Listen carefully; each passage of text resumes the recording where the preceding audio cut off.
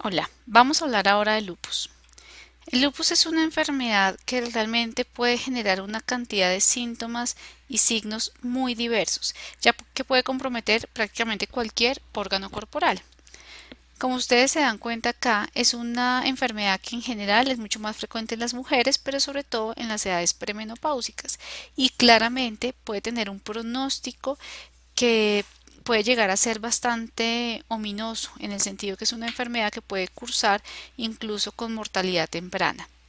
Entre más temprano aparece el lupus en la vida, es decir, en las adolescentes, incluso en los niños, más severo puede ser.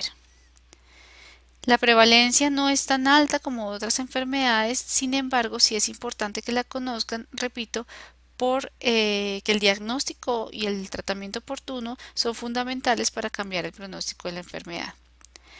No se sabe a ciencia cierta cuál es la etiología básica del lupus, pero se necesitan un conjunto de factores que intervienen en el mismo paciente y que lo llevan a finalmente producir la enfermedad.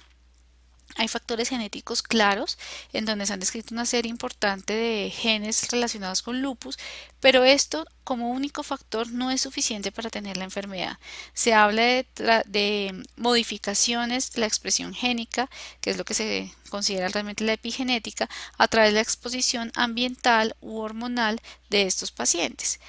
En el aspecto hormonal es claro cómo en las mujeres antes de la menopausia realmente el lupus es mucho mayor frente a los hombres. La relación es 9-1 en las edades premenopáusicas. Sin embargo, una vez se llega a la menopausia, la relación hombre-mujer se equilibra y es 1-1.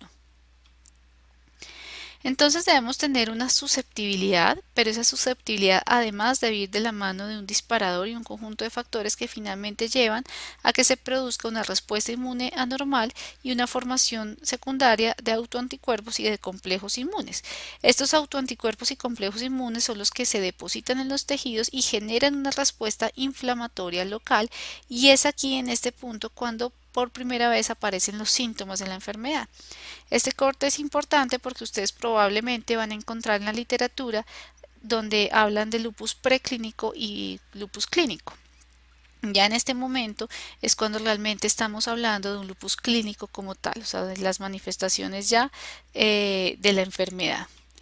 El espectro es variable, como les dije, puede comprometer muchos órganos de forma diferente, pero en general es una historia natural de la enfermedad en donde se caracteriza por episodios de remisiones en donde el paciente realmente no tiene actividad y episodios de flare o de recaídas.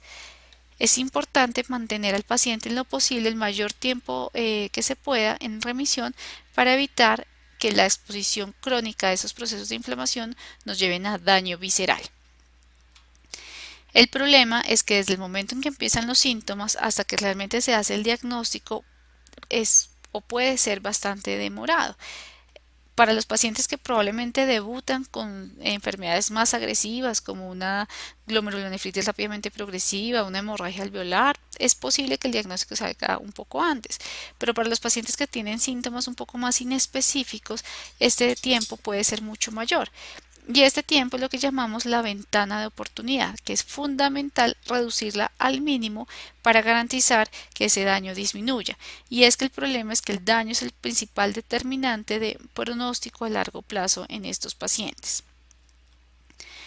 Muchos, sin embargo, en este tiempo de ventana de oportunidad tienen síntomas que no configuran un diagnóstico preciso, y es por eso que probablemente han leído o han escuchado hablar de lo que se llama la enfermedad del tejido conectivo no definida o de un lupus incompleto o lupus-like. Son pacientes que tienen algunos síntomas y signos que nos sugieren una enfermedad del tejido conectivo, posiblemente un lupus, pero que todavía no tienen o no configuran unos criterios completos para hablar de un diagnóstico ya confirmado de lupus. Sin embargo, esto no significa que no se deban tratar y no se deban hacer seguimiento como si fuera un paciente ya con una enfermedad, ya con un diagnóstico concreto y confirmado.